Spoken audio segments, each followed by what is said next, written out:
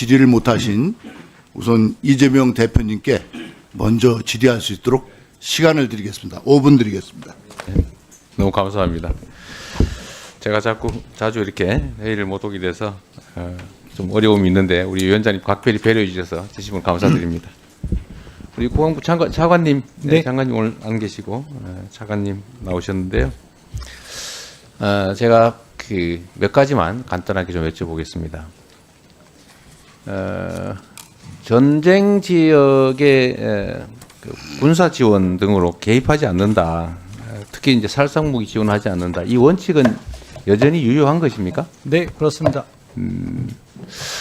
그러면 지금 최근 논란이 되고 있는 이제 우크라이나에 대한 군사 지원, 살상무기 지원은 하지 않는다고 하는 게 국방부의 여전한 원칙이다라고 믿어도 됩니까? 네, 그렇습니다. 그러면 최근에 그 탄약 지원 관련된 논란은 실제 어떻게 된 겁니까? 그 뭐 우회 지원, 간접 지원 등등의 얘기가 있는데 제가 말씀을 전에 듣기로는 직접 지원은 하지 않는다 이렇게 표현을 했던데 그건 뭐 간접 우회 지원은 할 수도 있다 그런 여지를 남겨두는 것인가요? 오전에 장관님께서 말씀해 주신 것처럼 탄약 10만 발은 대한민국 방산업체가 미국과 계약을 해서 지원을 한 것이고 그것은 최종 사용자가 미국으로 되어 있습니다. 그 밖의 사안과 관련해서는 저희가 국가안보상의 이유로 해서 정확한 언급을 하지 않기로 하였습니다. 아니 정확한 언급을 하고 안 하고의 문제가 아니라 사실에 관한 얘기를 묻는 것이거든요. 우회 지원 또는 미국 형식은 미국 지원인데 실제로는 우리의 탄약이 우크라이나에 전달된다 또는 그 우크라이나 전쟁에 직접 사용된다라고 하는 사실 이것은 사실인가요, 아닌가요? 국가 안보와 관련된 사항이라 제가 말씀드릴 수 없음을 양해해 주십시오. 아니면 아니라고 하면 되는 거 아닙니까?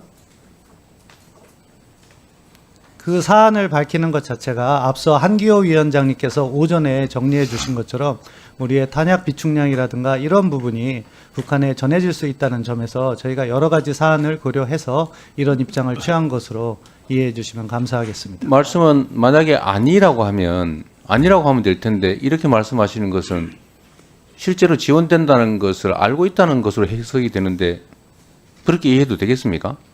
저는 제가 다시 한번 말씀드리지만 국가 안보와 관한 사항이라 제가 이렇게 더 자세한 내용을 말씀드릴 수 없습니다.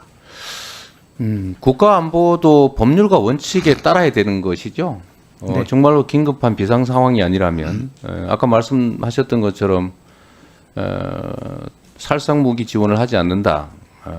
전쟁에 직접 개입하지 않는다. 이 원칙은 우리 그냥 군의 논리가 아니라 우리 국익 그리고 우리 국민들의 삶에 관한 문제라고 생각되는데 그 점은 동의하시죠? 그렇죠. 러시아와의 관계가 매우 심각한 위기에 처할 수도 있는 것이고요. 네.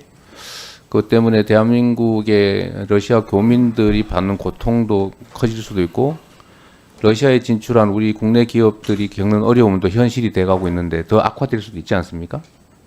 그런 여러 가지 사안을 고려해서 정부가 정책을 추진 중이라고 말씀드릴 수 있겠습니다. 말할 수 없다 이렇게 들리는데요. 아니면 그러니까 포탄이나 이런 탄약들을 우회 지원, 간접 지원 뭐 이런 방식으로라도 지원하는 게 아니라면 사실은 아니라고 하면 되는데 아니라는 건 아닌 거죠. 그러니까 쉽게 말하면 아니라고 말할 수가 없는 거죠 지금. 저는 지금 여러 가지 사안을 고려해서 국가안보상 언급드리기가 어렵다는 말씀을 드리는 것이고요. 그것에 대해서 의원님께서 물어보시는 방식은 yes or no로 답하라는 의미이신 것 같은데 국가안보 사항이 그렇지 않다는 점을 팩트에 말씀드리겠습니다. 관한 걸 제가 물어보잖아요. 방침을 물어보는 것이 아니고.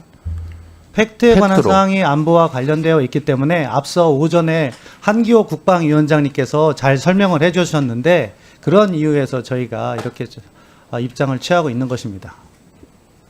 그 원칙이 지켜지고 있느냐 아니냐 또 포탄을 직접적이든 간접적이든 우회든 지원하고 있느냐 안 하느냐는 그냥 팩트인데 그게 왜 말하면 안 되는 일인지 이해가 좀 안 되는데요. 제가 앞서 한기호 국방위원장님의 말씀을 쿼트하겠습니다. 아니 이제 한기호 위원장님이 그만하시고요. 본인 말씀을 하세요. 그 이야기가 저희 정부의 입장을 잘 설명해 주기 때문에 하는 것이고요. 말할 수 없다가 입장이다. 말할 수 없다가 지금 그 구체적인 사안에서는 확인해 줄 수 입장이고 없다가 입장이다. 그 배경에는 앞서 말씀드린 것처럼 의원님께서 요구하는 사항이 언급되었을 때 저희가 가진 비축량이나 이런 것들이 공개될 수 있다는 여러 가지 사안들이 함께 고려되고 있다. 그렇게 말씀드리겠습니다. 예, 대표님 시간 더 필요하시면 좀 더 드리겠습니다. 네. 또 약간 우리 차관님 곤란한 시간이 추가로 주어져서 그럴 수 있겠습니다. 이제 위원장님 말씀 그만하시고요. 저는 국가 안보라고 하는 게 정말로 중요한데 그 안보의 목적이 안보 자체가 아니지 않습니까? 안보의 목적은 국민의 생명과 안전을 지키고 국익을 지키는 것이죠. 예, 맞습니다. 그런데 지금 국내 전문가들의 말을 모아보면 지금 포탄 비축량도 사실 우리 군 자체에서 정한 총량에 이미 미달하는 상태라는 건 사실이죠? 아닙니다. 아니에요? 아닌 것으로 알고 있습니다. 비축분이 국방부 장관께서도 며칠 그렇게 분이 얘기했습니다. 155mm 포탄 같은 경우 며칠 분이 비축돼 있습니까? 30일 아까 기준으로 해서 장관님께서 설명을 잘 하신 것으로 알고 있습니다. 아니 그러니까 며칠 분이 있냐고요?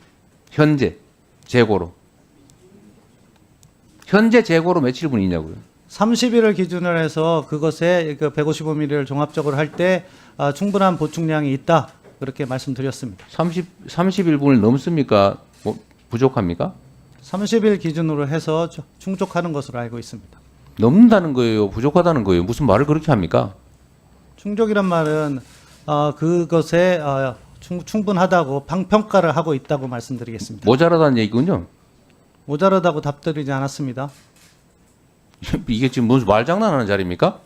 지금 질문을 그렇게 유도를 하시고 계십니다. 30일분이냐 아니냐가 아니고 며칠 분이 있냐 이 말입니다. 현 재고로. 30일분에 충족할 수 있다는 양으로 국방부 장관께서 오전에 말씀을 하셨다고 말씀드립니다. 30일분에 충족했다는 말이 30일분이라는 겁니까? 부족하다는 겁니까? 넘었다는 겁니까? 충족이란 말 그대로 이해해 주시면 감사하겠습니다.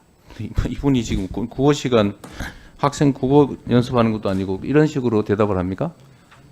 네. 이 영상을 본 네티즌들은 차관님 왜 말을 못 하시는 거죠? 누구한테 사주받고 있는 건가요? 저런 사람이 차관이라니. 국가 안보가 우려스럽네요. 정말 이재명 대표 말대로 말장난으로 밖에 안 들리네요. 주어진 질문에 똑바로 대답도 못하고 이상한 답변만 하는데 참으로 답답합니다. 등의 반응을 보였습니다. 자, 그러면 지금부터 잠시만 주목해 주시기 바랍니다. 제가 구독자분들을 위해서 선물 하나를 준비했는데요. 제가 항상 여러분들께 드리는 말씀이 있습니다. 뉴스만 평소에 잘 챙겨보셔도 돈이 되고 돈을 벌 수 있다라고 말씀을 드렸는데요. 여러분들은 여기 보시는 삼성전자 뉴스를 보고 어떤 생각이 드세요? 아니면 정치인들의 뉴스, 날씨 뉴스를 보고는 어떤 생각이 드시나요? 그냥 뉴스만 보고 끝내는지 아니면 이 뉴스를 어떻게 이용할 수 있는지 이 부분을 고민하고 계시는지를 되물어보고 싶습니다. 그 이유가 뭐냐 하면 제가 지난번에 여러분들께 뭐라고 말씀을 드렸었죠? 지금은 반도체 섹터를 눈여겨보셔야 한다고 말씀드렸습니다. 그리고 나서 이런 썸네일들 뉴스를 통해서 많이 보셨을 겁니다. 반도체 내용이 이슈가 됐을 때 부자들은 어떻게 생각한다? 반도체 관련주들은 뭐가 있는지, 어떤 종목이 가장 좋은지, 어디에 투자해야 돈이 몰리는지 자연스럽게 생각한다고 제가 말씀을 드렸죠. 그 이유가 뭐냐 하면 부자들이 봤을 때는 이슈가 곧 돈으로 이어지고 그 이슈가 나에게 돈을 벌어준다는 경험적 확신이 있기 때문에 부자들은 항상 이런 사회적 이슈를 관심 있게 챙겨본다고 제가 말씀을 드렸습니다. 이번에도 마찬가지인데요. 제가 지난번에 시청자분들과 함께하는 주식으로 수익 내기 이벤트를 진행했었죠. 당연히 100% 무료로 진행을 했었고요. 여기 보시면 아시겠지만 제가 지난번에도 구독이라고 보내주신 모든 시청자분들께 반도체 관련주 중에 가장 크게 급등할 딱 한 종목, 많은 종목도 아니라 한미반도체 한 종목을 여러분들께 추천드렸어요. 그러면서 여기 나와 있는 대로 정확히 얼마에 매수해야 하는지 그리고 수익률이 어느 정도 나왔을 때 팔아야 하는지를 이런 부분들까지 여러분들에게 정확히 알려드렸었는데 지금 실제로 어떻게 되었다? 오른쪽을 보시면 아시겠지만 제가 지난번 문자 발송으로 이 한미 반도체를 소개해드리고 나서 실제로 이렇게 5배 이상 어마무시한 상승이 나왔습니다. 100만 원만 투자를 했어도 무려 500만 원이 넘는 수익금이 생긴 거죠. 그래서 당시에도 굉장히 많은 분들이 제가 드린 이 한미 반도체로 수익을 내실 수가 있으셨을 텐데요. 다시 한번 축하드린다고 말씀을 드리겠고 이번에도 미친 듯이 폭발할 수 있는 섹터, 그 기회가 왔습니다. 투자의 공식 중 이런 공식이 하나 있습니다. 투자의 꽃은 대통령 선거다.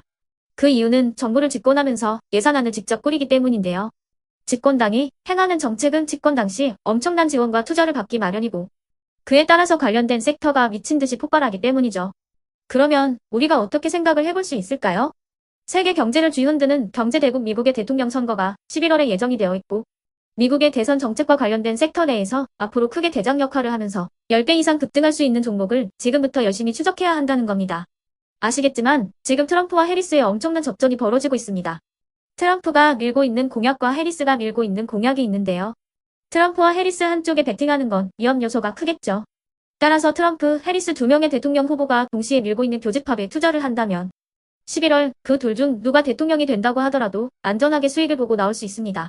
우리나라는 경제 대국인 미국 시장과 정책에 엄청난 영향을 받기 때문에 수혜를 받을 수 있는 종목이 명확하고 특히 지금처럼 주식시장이 저점인 상황에서 여러분들이 바닥권에 들어가신다면 더욱더 엄청난 수익을 내실 수 있는 거고요. 몇 개월 남지 않은 이 상황에서 최대 수익을 노리실 수 있습니다. 큰 돈을 투자하지 않더라도 월급의 일부분, 아주 소액이라도 이 종목을 모아가야 수백 %의 수익률을 손에 쥘 수 있는 것이죠.